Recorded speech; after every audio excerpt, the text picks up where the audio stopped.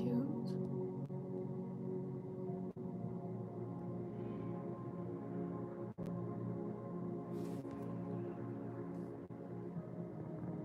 Okay, I guess they removed the filter, but I'm trying to see what cute filters they had on Zach, but that's neither here nor there. Okay, welcome back to Rated Z TV. It says I, Ziara, the goddess XTC, and today we will be discussing mother wounds, what they are, how to heal them, and move forward and progress on our ascension journey of love and light and healing. When you heal your mother wounds, not only do you release yourself from the trauma, but you also release your mother and her mother and her mother's mother and her mother's mother, and as well as the trauma for the next following generations of your lineage. So the healing goes forward and it goes backwards. So it's a win-win-win-win-win-win-win, infinite win for everyone in your bloodline. So let's get into it. So what exactly are mother wounds? Mother wounds are this energetic wound, emotional wound that we carry into adulthood in our lives, when as a child you may have felt unmothered or unnurtured, or that nurturing, that mother's care that every child needs and deserves.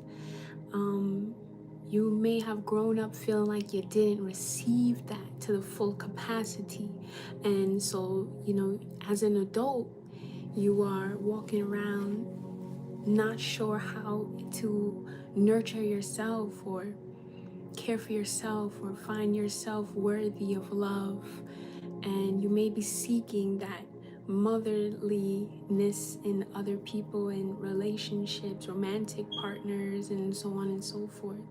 But today I will be sharing with you how I was able to heal my own mother wounds with my mother and help her heal her mother wounds. So in my situation, in my family, my case, my mother, she did not know her real mother. So my mom was adopted.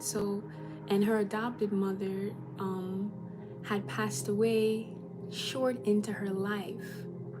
So her mother had passed away probably a couple of years into her childhood, and her adopted mom had passed away a little bit later inside her early childhood. So my mother lost two mothers, her biological mother and her adopted mother. So with that being said, she had mother wounds that hit her from both sides, double whammy mother wounds. So she grew up trying to heal her own mother wounds and mother herself the best way she knew how. So how do you mother yourself when you have no true understanding of what a mother is, because you didn't really have a mother? So you're trying to be a mother to yourself. She did the best that she could in raising herself, and along came me into the picture. And at the time she was in her early 20s, and she wasn't necessarily ready to be a mother, but she took that leap of faith and was becoming a mother. So no one gets the handbook and gets a blueprint on how to raise any child. We're all just winging it. You can prepare yourself up to so much, it's really trial and error. It's all about the experience. So with that being said, my mom did the best that she could, but being a young mom and still wanting to enjoy her youth and stuff, she necessarily wasn't always as active in my childhood as she would want to be. Feelings, why would you say that? Okay, let me get back to it. Y'all, the comments is going crazy right now. Let me not get distracted. But anyway, my mom didn't show up as active in my childhood as she would have wanted to be, as far as, being a nurturer and so forth and so forth, as she had told me. But me personally, I feel like she's an amazing mother. How I recall my own childhood, we had an amazing time.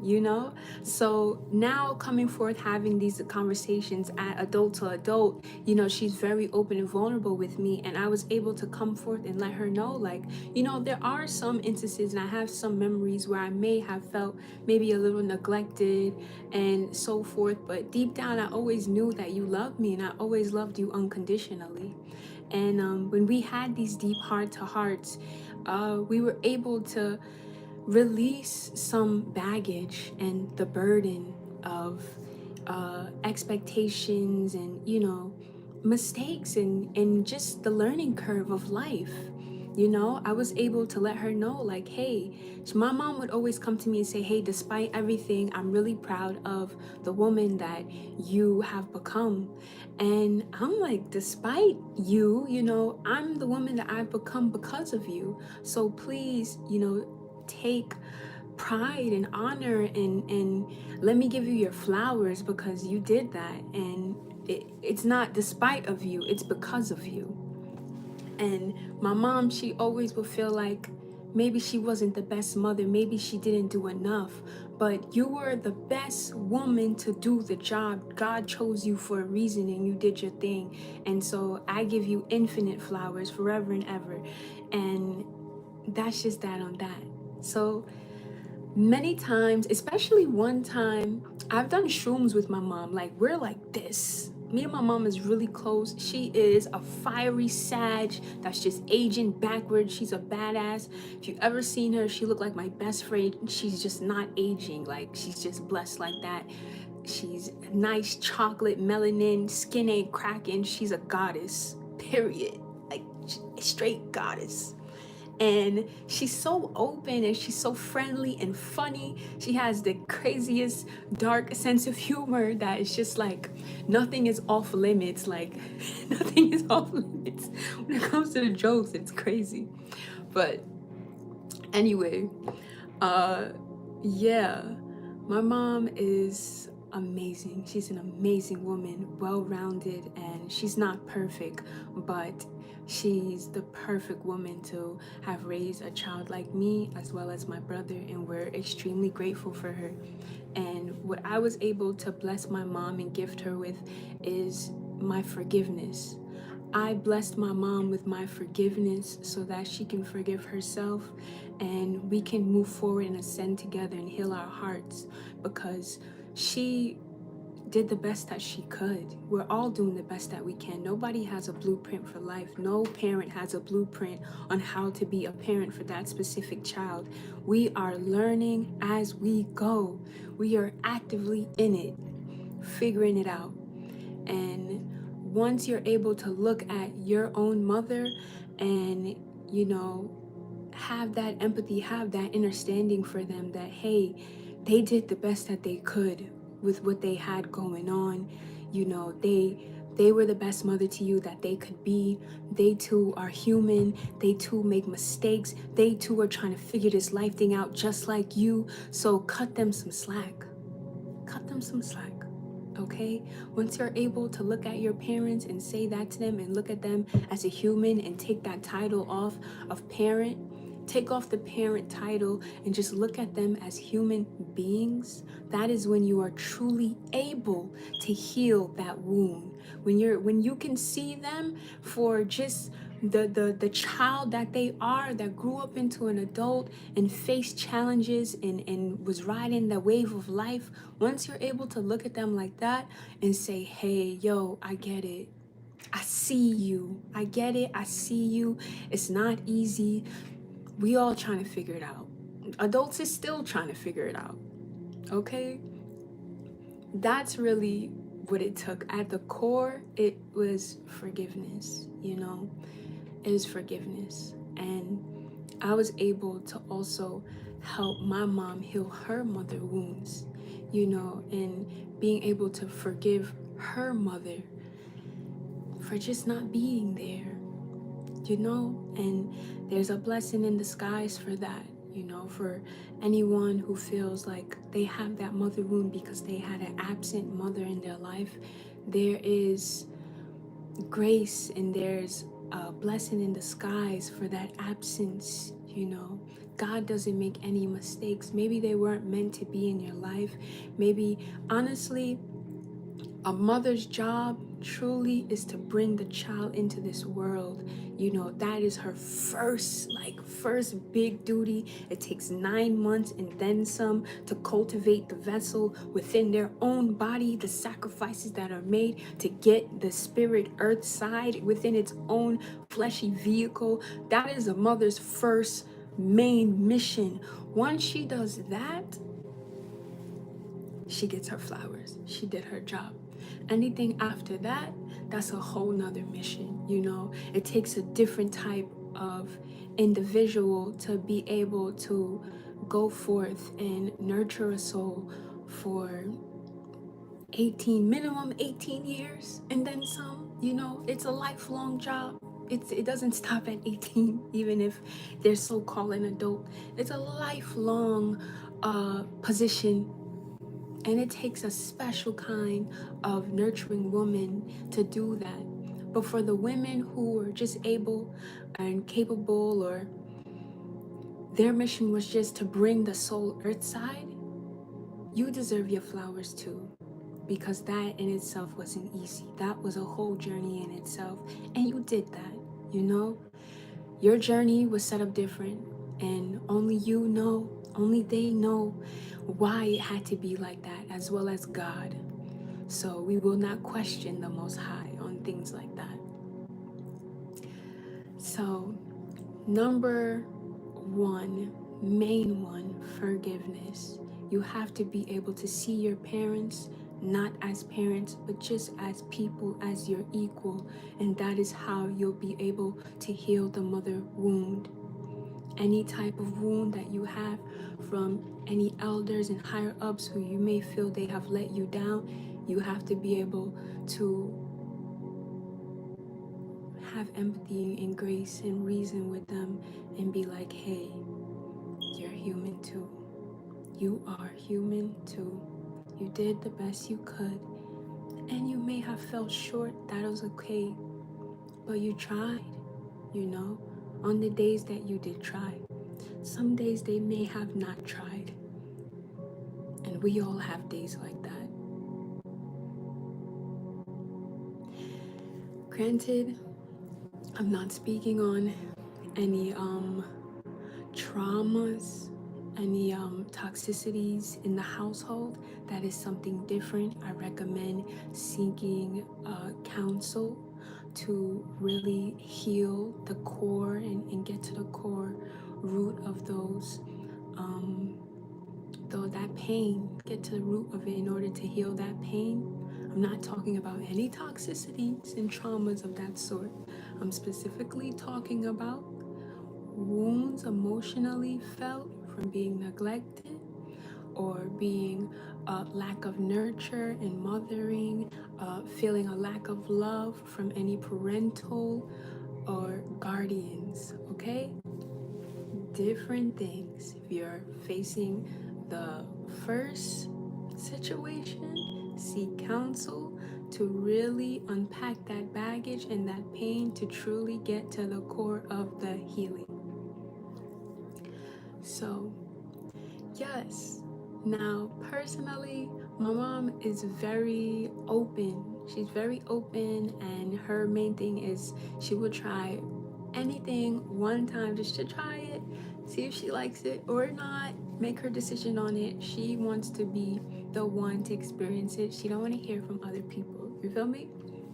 So we've had a lot of experiences that traditional mothers and daughters probably would not have, and I'm so grateful for their experiences because it has made our relationship dynamic so epic and so fluid and free, where I feel like she's my best friend and I can come to her. I was always able to come and talk to my mom about anything, from sex to drugs to aliens to boogers. It did not matter. You know, I could come to my mom. She made it open for me to come and speak with her about whatever. And I super appreciate that because our relationship has not changed from since I was younger. I'm still able to come and speak to her about whatever. And I take that with me and I'm going to use it with my own son as well as my future kids and make it so that I am a safe space where they can come and express themselves. And if they have any issues, they're going through anything, they can come and speak to me about it. And they will feel safe, they will feel accepted, loved, not judged, and not condemned for whatever they are thinking, going through, feeling, and then some. So, yeah, we butt heads. We butt heads, you know, especially during the teenage year, you know, when you're going through your teenage phase and you're transitioning and you're still evolving into who you are. Like me personally, I wasn't always this calm and nonchalant. I was very rowdy, into a lot of materialistic things. I grew up in New York. There was about the brands and the flashy stuff. Like that's just going to public school. That's just what I learned. You know, to fit in, you had to be glossed up. You had to be in the latest name brand just to fit in. And my mom, she's not about that. She is, you know, she likes to get the most bang for her buck. She love a good bargain. If it's cute, even if it's from Rainbow, my mom will buy it. Like she don't care. She's not really on the name brand stuff. So that's where we clashed heads because I was just like, you know, I almost felt like, girl, like you don't get it, you know? And I grew up feeling like this ego of, oh, mom, I feel better than you because of this, that, and the third. I got on the latest name brand and da da da. Or I know these different things about what's going on in the world and you're not, you know, hip to that. Or I know how to use the latest technology. You don't know how to do that. And one day, we sat down and I can't remember if we had a split together. No, this is what happened. We were in Miami and we were tripping on shrooms in Wynwood where they have all the spray painted buildings and stuff. And when I tell you we were tripping so hard that there was this one mural on a building and it looked so realistic that it was like a path. It looked like a path that you could walk into the brick wall and keep going how the artist painted it. And I was like, yo, right now the shrooms was making the painting look so vibrant that we could have walked into the wall and walked into another dimension, another world. And my mom, she was with it. She was like, yo, let's do it. And I was like, okay, but like, if we walk into this wall and it turns out to be a different dimension because we're tripping, you know, and we can't leave, just be prepared to follow through on the journey. And she was with it, but what had stopped us was we was hungry. So instead of going on that adventure, we took a different route and we got us some acai bowls in a pineapple. They had gutted out the pineapple and used the pineapple as a bowl, and we had acai bowls in that pineapple bowl. Chef's kiss, best acai bowl pineapple situation I ever had. And it's probably because of the shrooms, I ain't gonna lie, but it's super delicious. But anyway, after we had that, we had found, this was during COVID, so a lot of restaurants and stuff was closed. So it was kind of like the world was like a free-for-all, honestly. So we had found like this restaurant that was like a rooftop situation that was like around the corner in the vicinity, and we went up there and we, you know, went sneaking around and stuff, and we crossed over the little velvet gate or whatever, and it was completely empty, chairs out, couches, mad fancy rooftop. So we're chilling. And you know, the shrooms kind of calmed down because we had acai bowls and stuff like that. And so like we had a little spliff just to pick us up. So like we're hitting a spliff or whatever, and like I have like the shrooms is like compelling me to say this like deep, dark shadow secret that I've been holding down to my mom. And I'm like, you know, I just say it.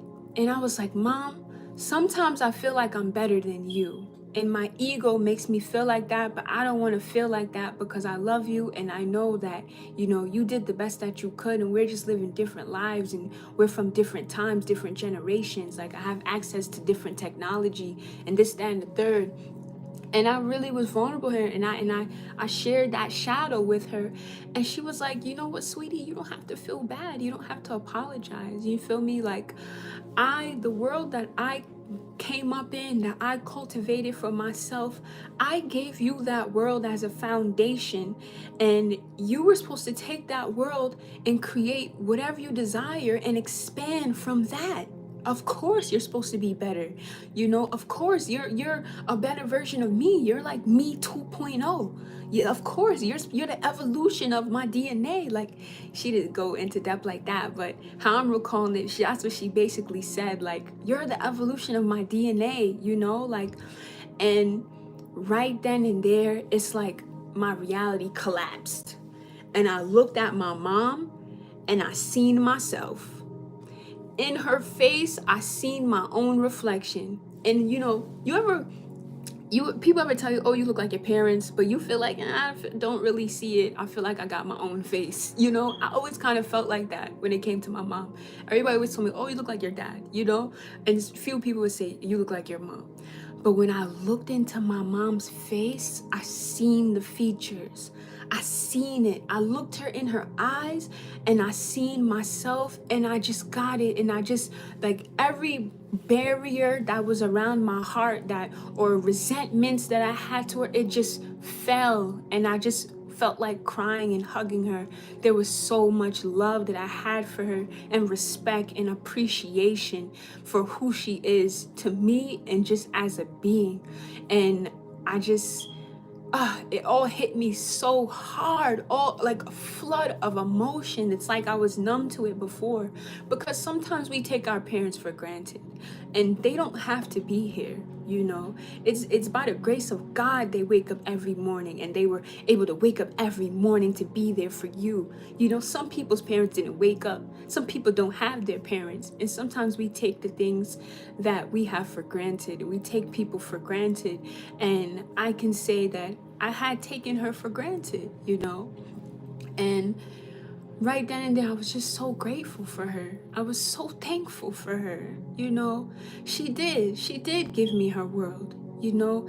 And I took it and I created my own world out of it. And I'm so blessed that she was able to give me that foundation. I'm so blessed that she took 9 months and sacrificed her own body, and she nurtured me within her own vessel. Do you hear me? In her own vessel, nurtured me for 9 months, and then gave birth to me, and then nurtured me and then some for years and years to come, you know. So y'all, I don't know what your situation is with your mother, with your father, mainly your mother.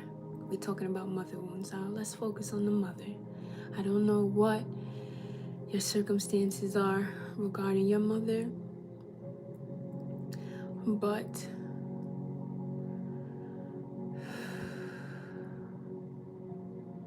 forgive them. Have grace with them. They love you. And if you felt like you're lacking love from your mother, try loving on them a little harder. Because 9 times out of 10, if you ever feel like you're lacking love from someone, it's probably because they may not have cultivated the love within themselves to be able to share it to you. The love may not be overflowing within them to share it to you. And my mother had told me that too, you know, but she told me she was still trying to figure out who she was. She was still trying to figure out how to take care of herself and how to love herself. There was no YouTube and Google and stuff like that. Like, these are things that she had to figure out on her own, if at all, You know, some people never figure it out. They never figure out truly who they are. They never truly figure out how to love themselves in totality. A lot of people don't totally love themselves, you know? So how can you expect them to turn around and then give that love to a child? It's just not possible. It's just not. How? How? So let's have grace for our mothers. Let's have grace for all the mothers. Let's hold forgiveness and have forgiveness for the mothers. Because this job, it's not easy. It's very taxing emotionally, spiritually, mentally, physically, financially.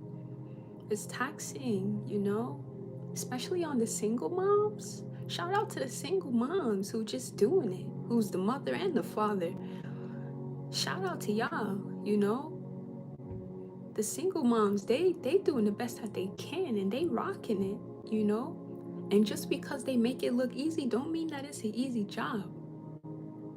Please believe. So yeah, I ain't really come on for too long. I came for a good time, not a long time, you feel me? But yeah, I would say to heal your mother wounds, you have to go and sit with your mother, sit with your grandmother, sit with the mothers, sit with the wombs of your family, sit with them, and y'all have a deep heart to heart, and you let them know how you were feeling, you know, as you were growing up. Talk to them, be vulnerable, let them know, hey, when I was growing up, I kind of felt like this. I kind of felt unloved. I kind of felt neglected. And listen to your mother, listen to your grandmother, listen to your great grandmother, listen to them and hear what they were going through in those times. Because they're three sides of the story. There's your side, there's their side, and there's God's side, you know? Get their perspective of what was going on. You never know what stress they were under. You never know what they were facing at those times where, you know, they may have neglected you. They might have been stressed out financially, you know, and they couldn't pour into you. They were in survival mode. You don't know. So you gotta ask. You gotta ask and have grace for their side of the story. And once you're able to get their side of the story, then you can have grace and you can forgive them. You can forgive them and you can release this baggage of feeling like you weren't worthy as a child, you weren't enough, or whatever the case may be, or you weren't loved, because it's not the case. It's not the case 9 times out of 10. So yeah, thank you so much for tuning in. If you did tune in, I'm gonna pull one card from let's pull it from the Visions of the Soul meditation and portal cards. Just cause no specific reason. We talking about mother wounds, but just cause I can, I'm gonna pull a card from this deck. Mother wounds, healing mother wounds, healing mother wounds. Now Felix is mad funny. Spiritual power 31. Felix is mad funny. He gonna say, what in the Versace commercial is this? Like, hello, do you not like gold, Felix? Probably not. Probably not. They always be trying to come for me when I go live. Like, all right. And I'm still gonna go live. Say what you wanna say. Subscribe. How about that? Birthing the new. Yes. Facts are birthing the new, because when you heal your mother wounds, you're able to rebirth yourself, and your mother is able to rebirth herself. It's just sacral chakra on the bottom of the deck.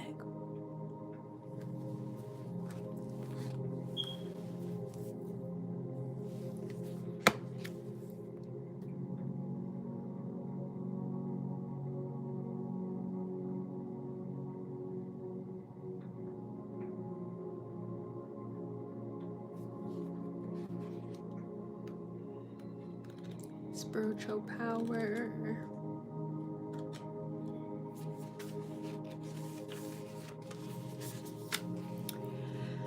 It says, you have the capacity to expand into the limitlessness of your soul through embracing your passion that feeds your soul. The flames of passion fuel the strength and commitment you make to your soul in acknowledging its gifts fully and bringing them forth into the world. By doing so, you are empowering others to do the same. Fire transmutes, bringing to an end the stale and old, making way for new growth and new life. Be very focused on the direction you wish to grow toward. Do not lose sight of the synchronicities that are the guiding lights from Source. Clear and focused commitment is needed now. That's wild. It talked about bringing forth the new and birthing new life. And then look, we have birthing new life. Birthing the new, it says. So let's see. This card asks you to birth into being a new idea, concept, or aspect of self. You are entering a new fertile phase of life, of your life. Something new is about to be conceived and birthed, which contains your own unique signature, not something that is a copy or variation of what someone else has done, but something uniquely yours. This is the gift you have brought with you in this life to share with humanity at this time. It's time for you to understand that your abilities and gifts are as great as anything anyone else has to offer. It may not be something huge in terms of what you are used to. It may even seem to you to be insignificant, but it will have an impact on both your life and the lives of others. However, for it to be long-lasting, it needs to be in harmony with the law of nature, supportive of life and growth on earth. When you birth in the new, in this manner, not only this world, but the entire universe expands and supports your growth. Now let's read Sacral Chakra. That was on the bottom of the deck. It says, your sensitivity and intuition are signs of your awareness of life. It is a gift that you can use to co-create along with the universe and bring about change on earth on a sustainable level. Your ability to sense and to feel not only other people, but your surroundings too, allows you to tune in deeper to what is needed to shift humanity. Creation is the key. Whatever you do, do it from your gut, your center of creativity. Co-creation cannot be birthed from the mind. It has to be an intuitive process that is filtered through the heart. Allow your empathy to fuel new ways of being rather than letting it overwhelm you. Boom. Boom. And that's on that. Okay? Thank you so much for tuning in. Blessings on blessings, peace and prosperity along your own healing and ascension journey. I pray that you're able to heal these mother wounds through forgiveness, as well as empathy and unity consciousness, seeing your mother as one with yourself, seeing your mother as a reflection of yourself, as another vessel, as another human being, removing that title from them of parent and releasing them from the shackles of being your parent forever. Just see them as a being that is equal to you and have grace for them and forgive them because they're doing the best that they can with what they know. If they knew better, they would do better. And we all just trying to figure it out. And in the meantime, you are blessed with these messages of spiritual power and birthing the new you, as well as using your sacral chakra to bring in these manifestations. When you're able to forgive and release from the heart space, you're able to bring forth more potent manifestations because your heart is the vortex that is pulling in and drawing in these manifestations. Is coming from your heart. So when you're able to love more potently, more vastly, more expansively, your aura field becomes more magnetic. You become more magnetic. So the healing matters and it counts. And the forgiveness is not just for them, it's for you too. And the rest of your bloodline going forward to the next lineages and generations and backwards into your ancestors' lineages. So do the healing work. Heal your bloodline, heal your DNA, break those generational cycles and curses and traumas. Break it, dead it, see it for what it is. Love misunderstood. All right, y'all, I'm out. Love and light and everything that you guys do. Peace.